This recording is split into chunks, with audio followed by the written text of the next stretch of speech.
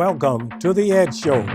We are coming to you from the African American Heritage Museum and Veterans Archive in Hammond, Louisiana, a place to visit during the summer and all year long. Let's talk about it.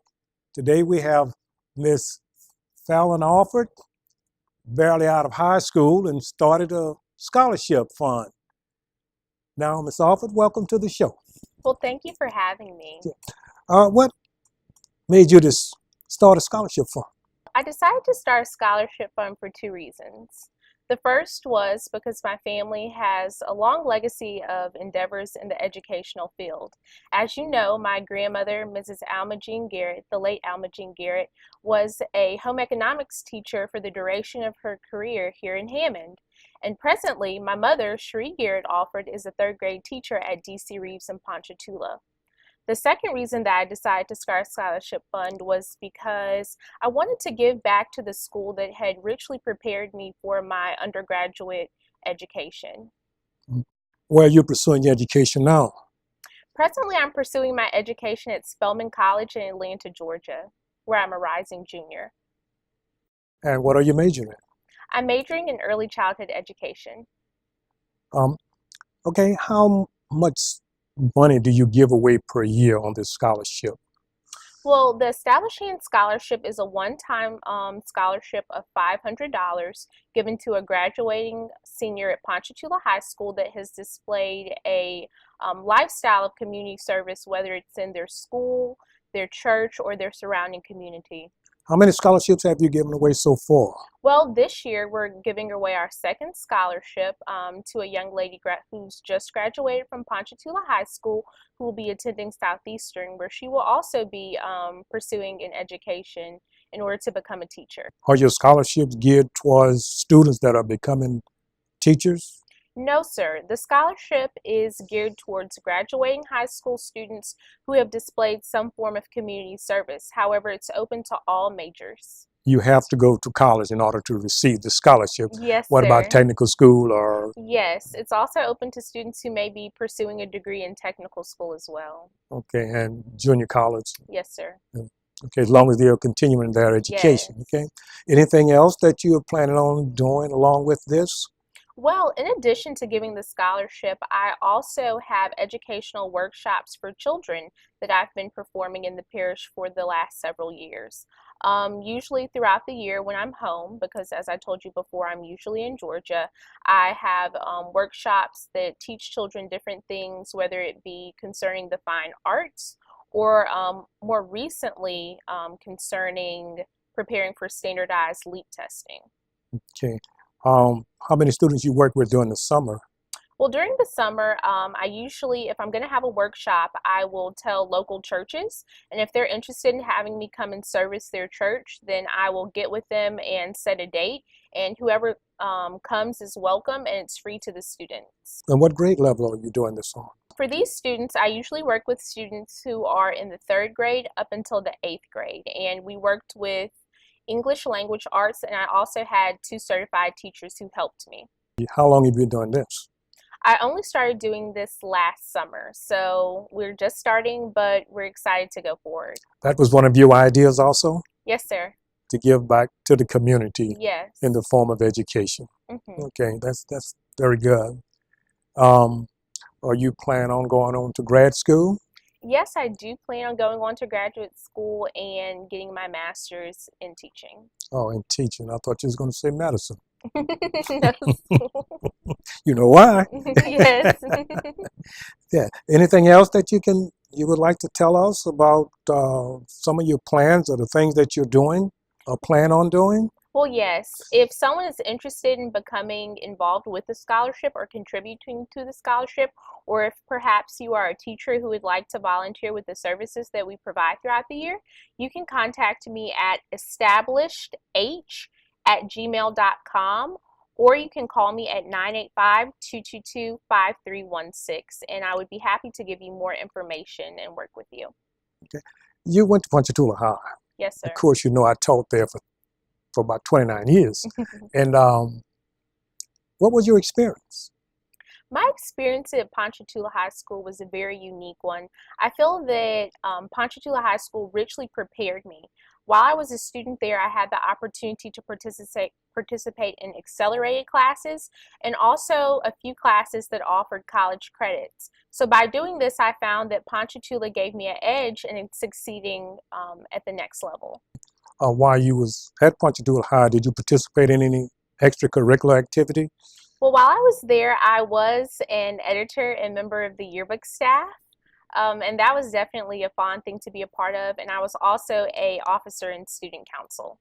During your stay at Ponchatoula High, did you think about starting the things that you're doing now? Um, I started thinking about community service work more seriously probably when I was a junior in high school. For some reason, I just had an inner desire to give back to my community. In my family, it's always been instilled that we're blessed not just to help ourselves, but to help others. And so, with that in mind, I wanted to go forward and bless members of my community. Is there anything else that you would like to say about that scholarship? Like I just said, if anyone's interested in getting involved or giving back, then they can contact me once again at establishedh@gmail.com or by phone at 985-222-5316. Are you accepting donations? Yes, presently right now we're doing a t-shirt sponsorship. This will end in August, but while it's still going on, if you're interested, you can buy an ad that will go on the back of our 2014-2015 t-shirt, and it's for $25 or $50. Thanks for being here. Enjoyed having you here on the show, and looking forward to when you come back again, maybe on the semester break or the next semester, and you'll be doing something different.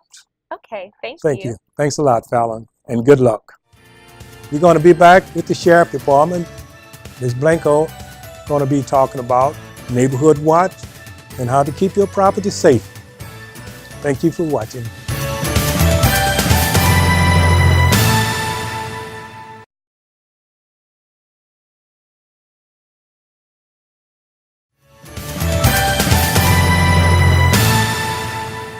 Welcome back. We have Miss Elodia Blanco. We'll be talking about Neighborhood Watch and how to keep things safe in your community. Yes. Welcome to the show, Ms. Blanco. Thank you for having me. Yeah. I really appreciate it. Thank you. Would you tell us about the Tangipahoa Parish Neighborhood Watch? Well, I work for the Tangipahoa Parish Sheriff's Office. I'm a deputy, and I wear many hats at the office. I do a lot of things, but one of my greatest honors is to be the director for the Neighborhood Watch program for the entire parish. And I think one of the challenges that I face in doing this job is that people have let their guards down, and they've gotten very comfortable because they think that, oh, I live in a country and everything is safe. And things have changed. We're in a new time. This is a whole new, we're in the computer generation where things are always recorded, always pictures taken of it. And in a time where, you know, we have new people in the community, new people in our neighborhoods, and being the Neighborhood Watch Director is a passion of mine, but it's also a challenge because people are not paying attention to their surroundings. I work from Ponchatoula all the way to the Mississippi line and everything in between in the parish. I've set up more than 70, maybe 75 Neighborhood Watch organizations in, you know, Kentwood and in Roseland and in Amite, Independence, Ponchatoula, and in Hammond. But I have to go to people and get them to remember that this is not the way things used to be. Well, in the past, you know, in this area considered the country, yes, people are not used to locking the doors, the windows, or they just go to town and leave the house open and they know the neighbor's going to watch the house for them. Those times have passed. We no longer live in those times. Those times used to be, you understand? And people think because I live in a rural area, and as they call it, the country. And I don't think it's the country anymore, that I don't have to lock my car, I don't have to lock my doors. That's no longer the case. It is critical that you lock your doors. If you have an alarm, that you turn it on. If you have a car, years ago when your grandpa had a car, he had to go around each door and lock the door. Now we have a button, one button we can push to lock all the car doors, and we don't do it. Things have changed. We are what I would consider the suburbs to larger cities, New Orleans, to larger cities like Baton Rouge, to cities that have greater crimes than we could ever imagine. But we are not paying attention. Yeah, because in this area where we are located, we're only about 25 or 30 minutes away from That's each right. large city. Exactly. And so We're not the country anymore. No, We're we're the not. suburbs. We are the suburbs. And we need to learn to pay attention to our personal safety as well as our home safety. And there are little things that you can do that'll make a difference. Having a neighborhood watch group is critical to every community throughout the entire parish.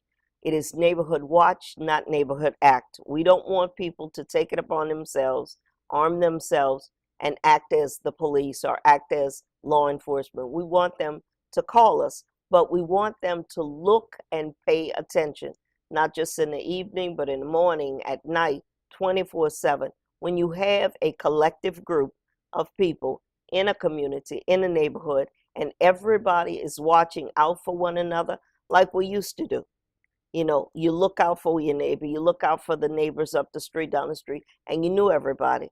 That still applies, but there are new people in the neighborhood.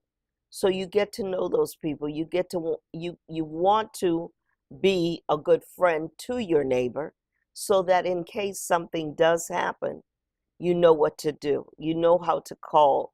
You know that you can have a neighbor if you leave the house, if you're going out of town, you can let that neighbor know and know that someone you can trust, that I'm going out of town, I'll be gone for the weekend, please look out for me, here's the number, just in case. Of course, call the sheriff's office, call the police first, but most important, you want to look out for one another as a good neighbor. what are the steps you have to go through in order to All you to need set to up do a is call. neighborhood All watch? you need to do is call my office, 985-902-2056. We have a partnership with Crime Stoppers. Crime Stoppers and I work well together.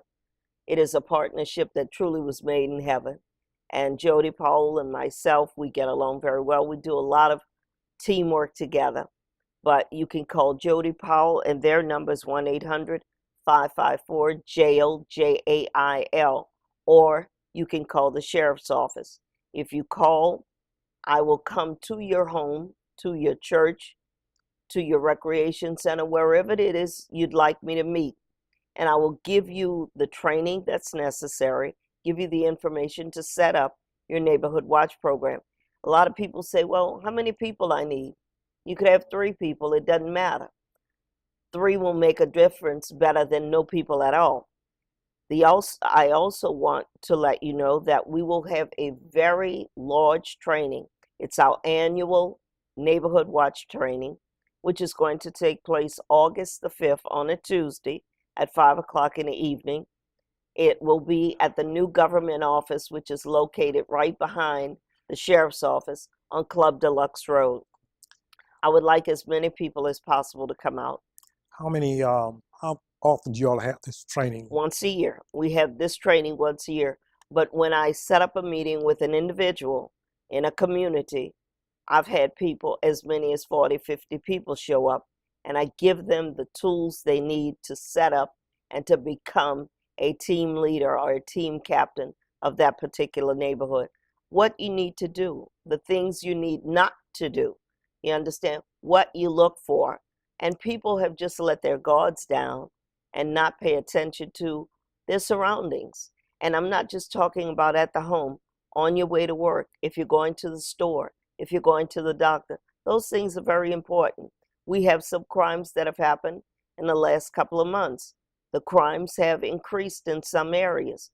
We need people to be more vigilant and to pay more attention to the things that are happening with them. Things like car break-ins and home burglaries and things of that sort. People are not paying attention. And Okay. they're not locking their cars. They're not locking the home.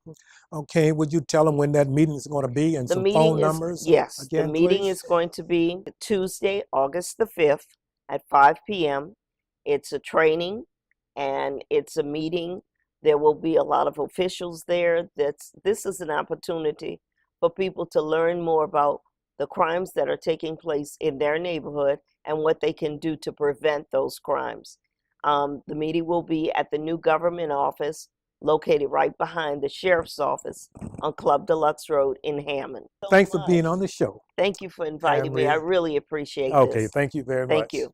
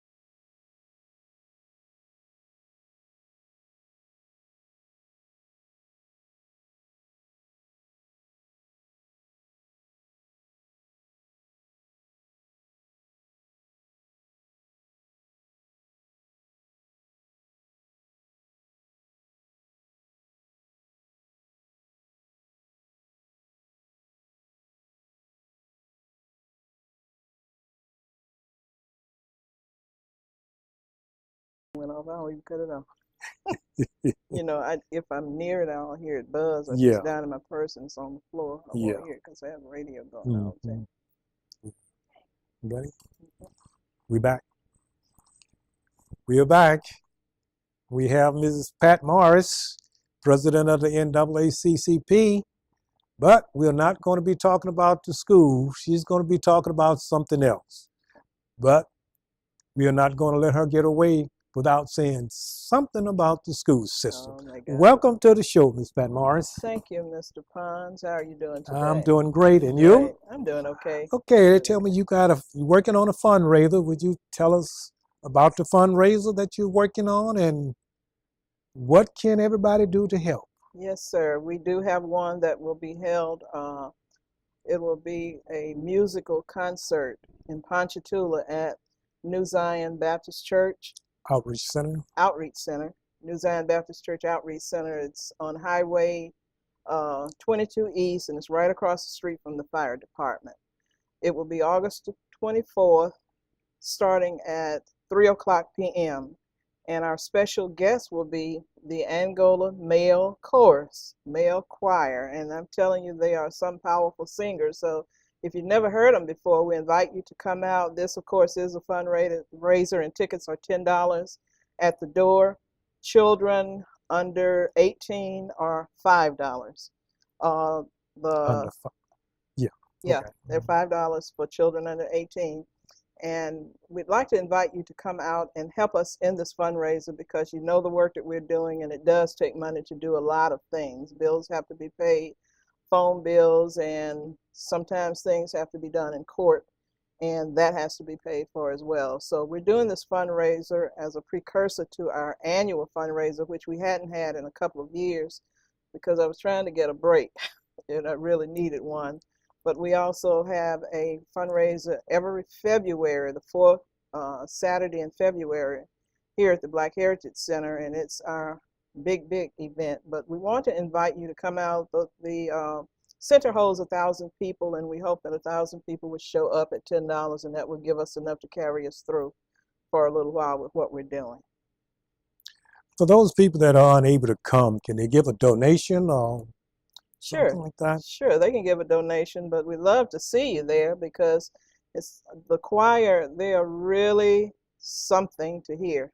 They're really somebody's singers, and of course there'll be other singers and soloists there, and we will have a speaker. We haven't narrowed down who the speaker will be, and I'll be going on FPR, Brother James Cox, talking about that and adding that in. But come out and help us out, and not only help us out, help yourself out. Enjoy an afternoon of good gospel singing. It was mentioned that we refer to her as the Miss Kitty. She writes these slave narratives. Miss Kizzy, yes. Yeah, and Ponchatoula writer. She's a prolific writer. She loved to write slave narratives, and she liked to act in them. And there's a possibility that she might be performing on that day. Yes, it will be. And you really have to see her. I love Miss Kizzy. I just love what she does. And there's a message in it to the young people. So you want to bring your children out in order to hear, and it will be relative to education and on the importance of education now versus education back in the day. And all of that will be shown in that skit that she does. Okay. As far as you know, I know you're just getting the publicity out on this, and there are going to be some flyers going out pretty soon. Yes. And to inform the people about this important event. Yes, there will be. We didn't want to put it out too early, because sometimes people, I knew about it, but I forgot about it. So we want to keep it to where it will be fresh in your mind. And if you're viewing this now, please mark your calendar for August 24th at 3:00 p.m. at New Zion Baptist Church's Outreach Center. And it's a beautiful facility. It's a large facility, and we'll be doing hot dogs and drinks and what have you to help with the fundraiser. So we do need your support, and we appreciate your support, whether you're there or whether you just want to make a donation to a worthy cause, and we appreciate it. Yes, that multi-purpose building it's a beautiful building, and it's been used quite a few times for many for many functions. Right, and that's a good thing. And that was a vision Pastor Gray shared with me some time ago. He tells the story when he was coming up. They didn't have a place, black kids didn't have a place to play basketball. And he wanted to make sure that kids today would, although there are a lot of places that are open, but his contribution back, and not to see kids go through what he and his siblings went through with not being able to play sports in some centers. He and his church built that center, and it's a multi-purpose center, and it's really nice. It really is. Yes, it is. Now, Miss Pat, you know we cannot let you go without you telling us something about the problems that we are having with the school system, which has been ongoing for a number of years. And can you give the general public or the viewers some of the things that is going on? You know, Ms. Pons, it's strange that you would ask that, because I was talking to someone today, and a lot of times people who really don't know what's going on or don't have a clear understanding of why the fight is, you become classified as a radical in person, but that's not really the case. You got to stand on what you believe in. And had we not stood the way we stood, a lot of things that's happening now wouldn't be happening. But to answer your question, we were back in court this past Friday on the coaching position in Ponchatoula, and although the judge, he did not deny Attorney Taylor's motion, he just overruled it, and there's a difference between it. And the reason was they compared experiences as a coach, years of experience as a teacher, and it was not established what would determine superiority between the two people, and the school system had submitted a lot of information. Our side wanted to, what do you call it when you call witnesses, but the judge wouldn't allow that. So I think a door was open to file an appeal. I don't know whether or not that's going to happen. Maybe, it may not. I just don't know right now. But the thing is, there's so much going on now until it's almost like I saw an attorney before I left a meet, and he told me about the things that's going to be going on tonight. And I kind of had to laugh, and then when I left him, I began to ponder, and he said, you may as well just go back to segregation, because stuff is not being done the way it's supposed to be, and it isn't. You know, it's either circumvented or there's a reason found not to do it now. Maybe short time from now, very near future, maybe all this may be over with, and school system is settled, and the boys and girls can go back to learning, and the teachers can go back to teaching. Now, would you give us that phone number to the fundraiser? Anybody wanted to inquire about it? Okay, you can call Miss Gwen Young at 985-320-1327. Of course, Mr. Eddie Pons at 985-351-0813. Myself at 985-747-9488 or 985-517-4267, and Mrs. Osa Betts Williams, 985-974-4453, and it's one more, Miss Betty Robinson, 985-542-9456. Well, Miss Pat, we'd like to thank you for being on the show to share that information. We're looking forward to the fundraiser, and we hope that it packed the house. Well, we hope because so it's too. going to be for a worthwhile decision. Thanks for being on the Yet Show, and thanks for watching. See you next time on Let's Talk About It. I'm Ed Pons.